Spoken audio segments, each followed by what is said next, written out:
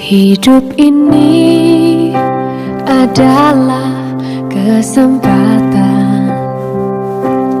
Hidup ini untuk melayani Tuhan. Jangan sia-sia. Ketika tiba bulan yang ke-7, sedang orang Israel telah menetap di kota-kotanya. Maka serentak berkumpullah seluruh rakyat di halaman di depan pintu gerbang air. Mereka meminta kepada Ezra, ahli kitab itu, supaya ia membawa kitab Taurat Musa, yakni kitab hukum yang diberikan Tuhan kepada Israel. Lalu pada hari pertama bulan yang ke-7 itu, Imam Ezra membawa kitab Taurat itu ke hadapan jemaah, yakni baik laki-laki maupun perempuan, dan setiap orang yang dapat mendengar dan mengerti. Ia membacakan beberapa bagian daripada kitab itu di halaman di depan pintu gerbang air, dari pagi sampai tengah hari, di hadapan laki-laki dan perempuan dan semua orang yang dapat mengerti. Dengan penuh perhatian, seluruh umat mendengarkan pembacaan kitab Taurat itu. Ezra, ahli kitab itu, berdiri di atas mimbar kayu yang dibuat untuk peristiwa itu. Di sisinya sebelah kanan berdiri Matica, Sema, Anaya, Uria, Hilkia, dan Maaseya. Sedang di sebelah kiri berdiri Pedaya, Misael, Malkia, Hasum, Hasbadana, Zakaria, dan Mesulam. Ezra membuka kitab itu di depan mata seluruh umat, karena ia berdiri lebih tinggi dari semua orang itu.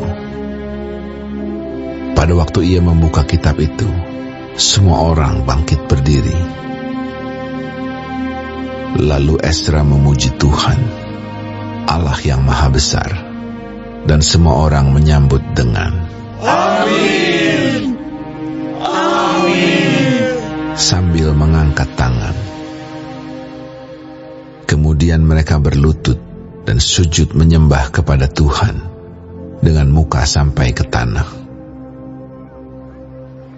Juga Yesua, Bani, Serebia, Yamin, Akub, Sabetai, Hodia, Maaseya, Kelita, Azaria, Yozabat, Hanan, Pelaya, yang adalah orang-orang Lewi, mengajarkan Taurat itu kepada orang-orang itu, sementara orang-orang itu berdiri di tempatnya. Bagian-bagian daripada kitab itu, yakni Taurat Allah, dibacakan dengan jelas, dengan diberi keterangan-keterangan, sehingga pembacaan dimengerti. Lalu Nehemia, yakni kepala daerah itu, dan Imam Ezra, ahli kitab itu, dan orang-orang Lewi yang mengajar orang-orang itu, berkata kepada mereka semuanya, "Hari ini adalah kudus bagi Tuhan Allahmu. Jangan kamu berduka cita dan menangis." Karena semua orang itu menangis ketika mendengar kalimat-kalimat Taurat itu.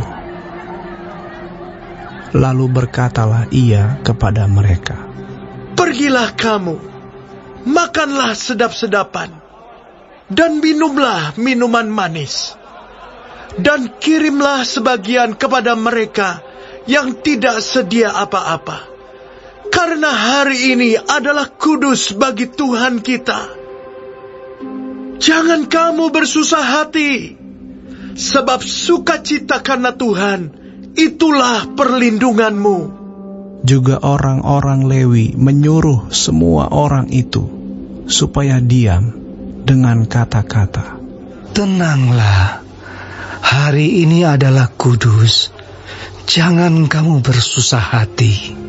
Maka pergilah semua orang itu untuk makan dan minum, untuk membagi-bagi makanan dan berpesta ria, karena mereka mengerti segala firman yang diberitahukan kepada mereka.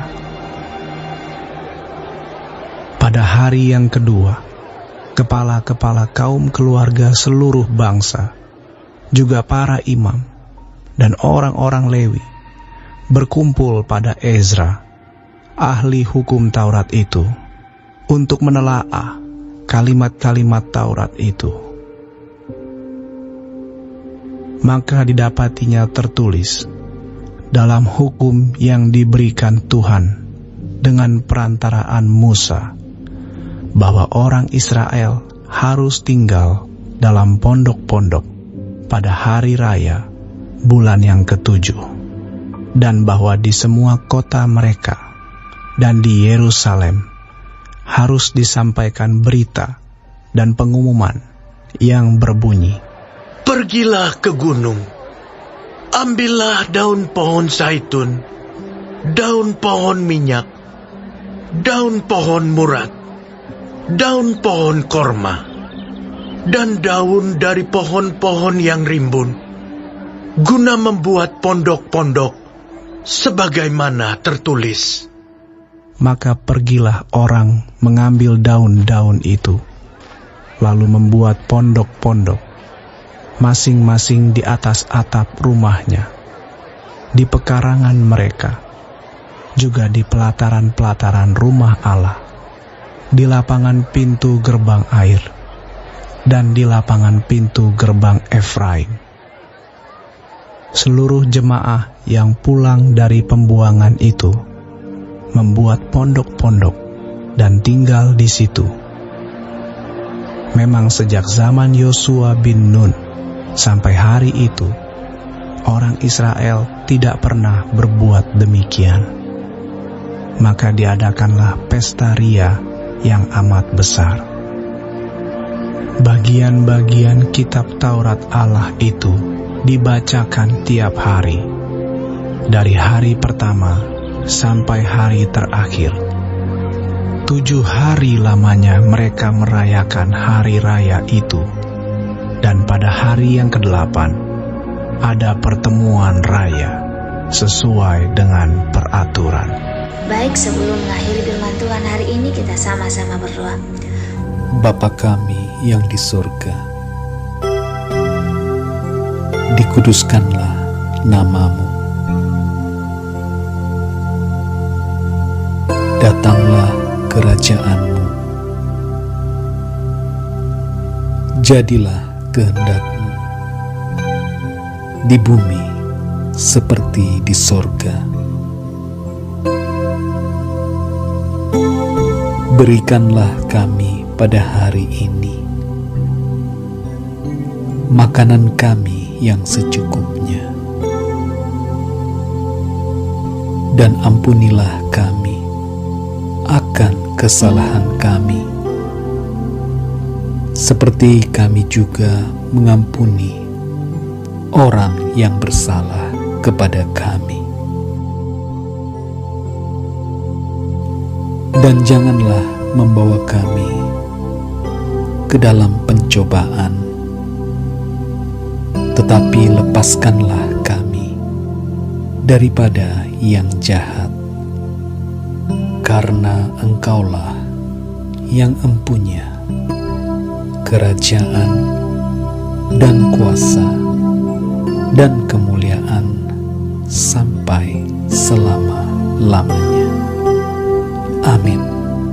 Terima kasih pemirsa telah mendengarkan firman Tuhan hari ini. Sampai ketemu besok hari. Terima kasih.